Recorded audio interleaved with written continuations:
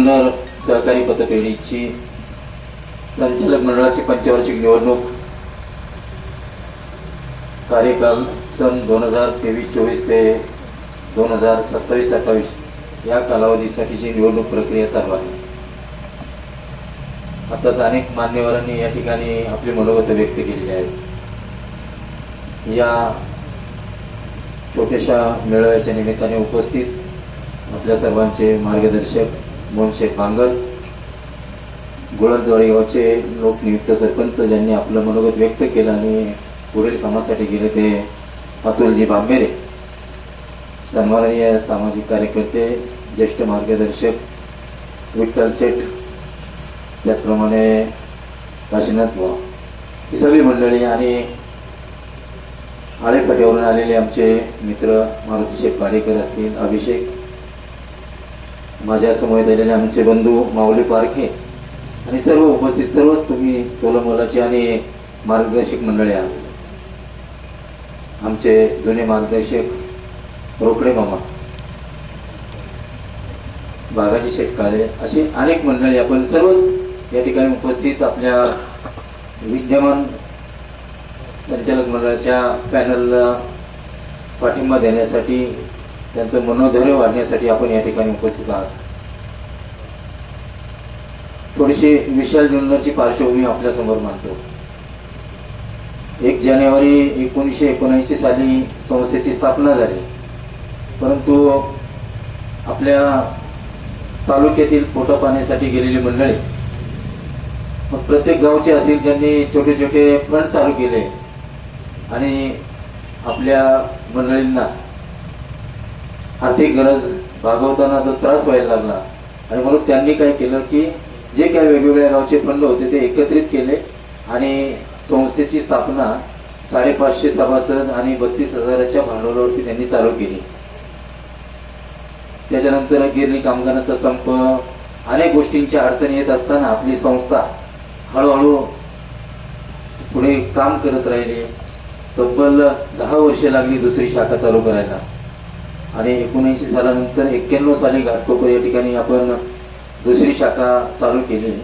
त्यानंतर 94 साली वाशी, 97ला नारायणगाव आणि अशा शाखा विस्तार करत करत मध्यंतरीच्या काळामध्ये शासनाचं धोरण होतं की प्रत्येक संस्थेने आहे त्या शाखा व्यवस्थित चालवायच्या, त्या सुदृढ करायच्या आणि शाखा विस्ताराला परवानगी त्यावेळेला काही वर्ष नव्हती आणि मग आपल्या संस्थेचा विकास आणि विस्तार कसा करायचा, तर राज्य शासनाचं धोरण होतं की ज्या आर्थिक दुर्बल संस्था आहेत त्या दुर्बल संस्था सबल संस्थेमध्ये विलीनीकरण करायच्या आणि मग आपल्यासारख्या संस्थेला राज्य शासनाकडे अतिशय चांगला मान सन्मान आणि आपण चांगली संस्था चालवत असल्यामुळं सहकार खात्याने आपल्याला अनेक संस्था, या आर्थिक दुर्बल संस्था विलीनीकरणाचा प्रस्ताव आपल्याकडे मांडला।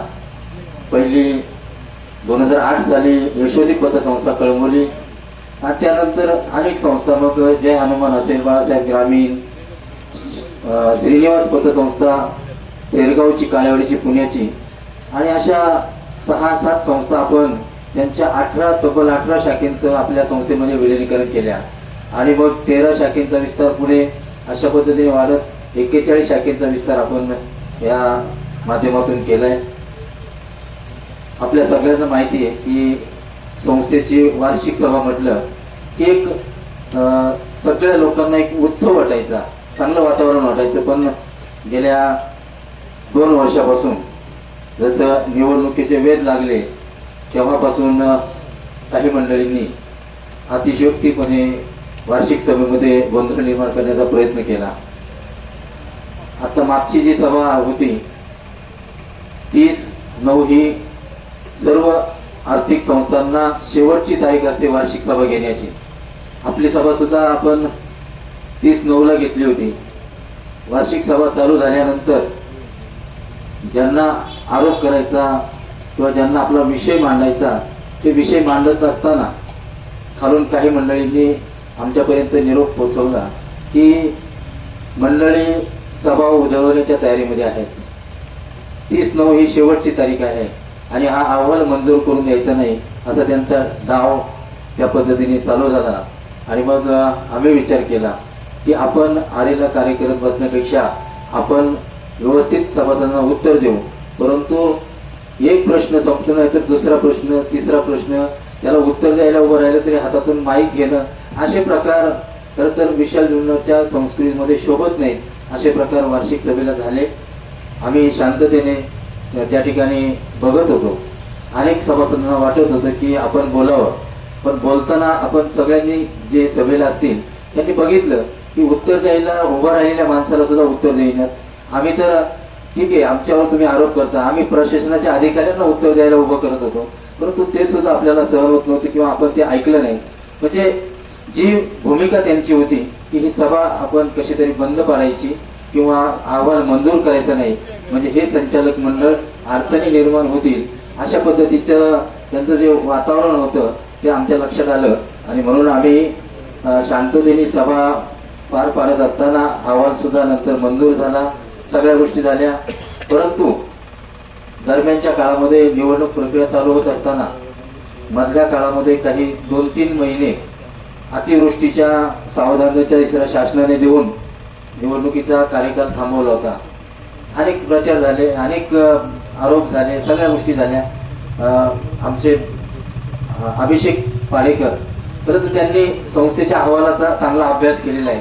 त्यांना आम्ही कोणी काही सांगितलं नाही, परंतु त्यांच्या स्वयंस्फूर्तीने, त्यांच्या मनामध्ये, त्यांच्या अभ्यासू वृत्तीने जे काही त्यांनी मांडलेलं आहे हे जर आपण लक्षात घेतलं तर सभासदच बोलतात की जे आरोप करणारे आहेत, अनेक आरोप झाले, आम्ही त्याला कुठल्याही प्रकारचा प्रतिसाद दिला नाही, उत्तर दिले नाही, कारण उत्तर देण्यासारखे त्यांचे प्रश्न नव्हतेच. असे प्रश्न कुठे विचारतात का? असे निवडणूक कुठे झालेली नाही की जेणेकरून ज्या संस्थेमध्ये तुम्हाला संचालक व्हायचंय त्या संस्थेच्या अस्तित्वावर तुम्ही घाला घालत असाल आणि मग पुढच्या तुम्ही आवेशाने या संस्थेमध्ये संचालक होण्यासाठी निवडणुकीला उभे राहिले आहात. संस्थेच्या जर ठेवी तुम्हाला घालवायच्या असतील तर तुम्ही अशा पद्धतीने काही विकृत पद्धतीने तुम्ही जे मांडताय ते अतिशय चुकीचं आहे. परंतु 19 मार्चला त्यांनी मेळावा घेतला, मागील 10 वर्षाच्या ऑडिट रिपोर्टची चेरफाड केली, काय करायचं ते केलं. आणि 19 मार्चला आम्ही खरं तर त्यांना आव्हान करत होतो, पोलीस स्टेशननी सुद्धा आव्हान केलं होतं की 31 मार्च पर्यंत थांबा, परंतु त्यांनी 19 मार्चलाच तो मेळावा घेतला. भ्रष्टाचाराचे आरोप केले, संस्थेला कशी अडचण निर्माण झाली असे त्यांनी त्यांच्या पद्धतीने मांडलं. परंतु ज्या ठिकाणी मेळावा घेतला त्या दोन्ही बाजूच्या शाखेमध्ये आतापर्यंत अनेक प्रकारे डिपॉझिट कोटीमध्ये वाढलेला आहे. आणि म्हणून सभासदांचा एवढ्या मोठ्या प्रमाणामध्ये आपल्या संस्थेवरती विश्वास आहे. आपल्या संस्थेला राज्य शासन असेल, महाराष्ट्र राज्य पतसंस्था फेडरेशन असेल, अशा अनेक संस्थांचे प्रथम क्रमांकाने पुरस्कार मिळालेले आहेत आणि ते ऑन मेरिट मिळालेले आहेत. ते काय असे कुणाला पैसे देऊन किंवा मॅनेज करून असे पुरस्कार आपल्याला मिळालेले नाहीत, तर ते ऑन मेरिट मिळालेले आहेत. संस्थेने प्रगती केलेली आहे. संस्थेची प्रगती आपण सगळ्यांनी बघितलेली आहे. मोहन शेठनी सांगितल्याप्रमाणे खरं तर बेल्ल्याची शाखा तर आम्ही नेहमी जागा शोधत असताना मोहन शेठ त्यांच्या ऑफिसला बसलेले असताना आम्ही त्यांच्याबरोबर चर्चा करायचं, जागेचा शोध घ्यायचा. आणि मग त्यांनी ती, कारण त्या वर्षामध्ये आर्थिक वर्षामध्ये मी स्वतः अध्यक्ष होतो आणि मग ती जागा बघितल्यानंतर आपण त्याचं फर्निचर करून मला वाटतं आपलं याच्या दिवशी मकर संक्रांतीच्या दिवशीच आपण ह्या शाखेचं उद्घाटन केलं. आणि उद्घाटन केल्यानंतर खरं तर काही लोकांची इच्छा नव्हती की इकडे शाखा करायची, काही लोक थोडी अडचणी निर्माण करत होती, परंतु आपण ही शाखा निर्माण केली. आणि जुन्नर तालुक्यामध्ये 5ही शाखा ज्या कार्यरत आहेत त्याच्यामध्ये बेल्ला शाखा अतिशय डिपॉझिट असेल, कर्ज असेल, अग्रेसरपणे काम करते. आणि म्हणून आपण एक विश्वासाने हे संचालक मंडळ काम करते. आपल्या जर हे संचालक मंडळ, जे विद्यमान संचालक मंडळाचं जे पॅनल आहे त्याच्या उमेदवारांची जर आपण माहिती बघितली तर प्रत्येक जण कुठेतरी सामाजिक संस्थेमध्ये कार्यरत आहे, उच्च शिक्षित आहे आणि अतिशय चांगल्या पद्धतीने समाजामध्ये ज्यांचं नावलौकिक आहे अशीच मंडळी आपण या पॅनलमध्ये कार्यरत आहेत. या भविष्य काळामध्ये आपण ज्या संस्थेला सोयी सुविधा उपलब्ध करणार आहोत त्यामध्ये आपल्या जाहीरनाम्यामध्ये आपण या ठिकाणी मांडलेल्या आहेत. खरं तर सर्व प्रकारची डिजिटल सेवा सुविधा आपण येणाऱ्या भविष्य काळामध्ये देणार आहोत. मग सुवर्ण महोत्सवाकडे आपण वाटचाल करत आहोत. या सुवर्ण महोत्सवाकडे वाटचाल करत असताना संस्थेचा आर्थिक उलाढाल 2100 कोटीच्या पुढे, 51 शाखा आणि विविध प्रकारच्या बँकिंग सेवा, म्हणजे घरपोच सेवा, अशा पद्धतीने आपल्या विद्यमान संचालक मंडळाच्या पॅनलचं ध्येय धोरण आहे. आणि म्हणून मी आपल्या सर्वांना विनंती करतो, येत्या 5 नोव्हेंबरला जे निवडणूक मतदान प्रक्रिया होणार आहे, या निवडणूक मतदान प्रक्रियेमध्ये आपल्याला 5 मतपत्रिका मिळणार आहेत. त्या 5 मतपत्रिकेमध्ये एक सफेद मतपत्रिका आहे. ती मतपत्रिकेमध्ये सर्वसाधारण गटातील उमेदवारांना 10 मतदान करायचे. महिलांसाठी गुलाबी कलरची मतपत्रिका आहे, त्याच्यावरती 2 शिक्के मारायचे. आणि इतर 3 उमेदवारांसाठी राखीव मतदारसंघातील आहेत, त्यांच्यासाठी प्रत्येकी 1 शिक्का मारायचा आहे. अशा पद्धतीने प्रत्येक मतदाराने ज्या मिळणाऱ्या मतपत्रिका आहेत त्याच्यामध्ये फक्त कपबशी चिन्ह बघायचे.